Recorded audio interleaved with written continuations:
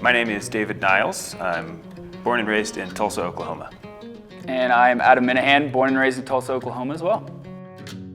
I thought before Exodus 90 that I was a very disciplined, ordered man. I thought I got my appetites under control. In fact, I remember when Dave and I decided we were going to do it together, I was like, okay, Dave, one of the things I'm not worried about at all is the food. Like fasting, not eating in between meals, things like that, no problem. Yeah, it's embarrassing. We go out to eat, he can't even finish a hamburger at lunch. And so I was like, that's not gonna be a problem at all, because that's not one of the things that I'm attached to. But 3 weeks in, I realized, oh, I actually do have an attachment to food that I was not even aware of, was completely blind to, right? So it's almost like, I didn't know I was sick, so I can't get medicine if I don't even know I'm sick.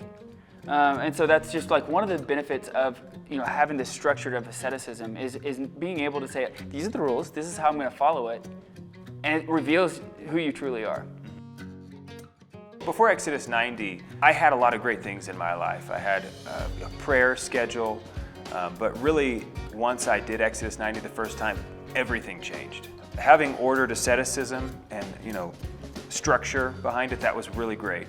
But having that 20 minutes of silent contemplative prayer, it absolutely changed my life, because I realized that I was saying a lot of prayers, but I wasn't really praying. Within just a couple weeks, all of a sudden, I found myself just in love with Christ, because I met him there in a new way that I just didn't even know about.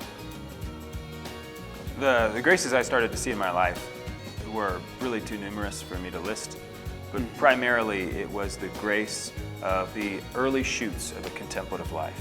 And over the years, I have maintained that prayer discipline every day, and it's just opened up a whole new world of faith. Yeah, there's a debt that I owe Exodus 90 that I can't repay, because they gave me a relationship with Christ. I now have this two-way relationship with Christ. And so I owe everything to them, because it's going to hopefully affect my eternity.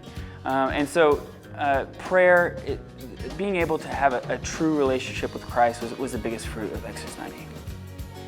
Exodus 90 affects a lot of relationships.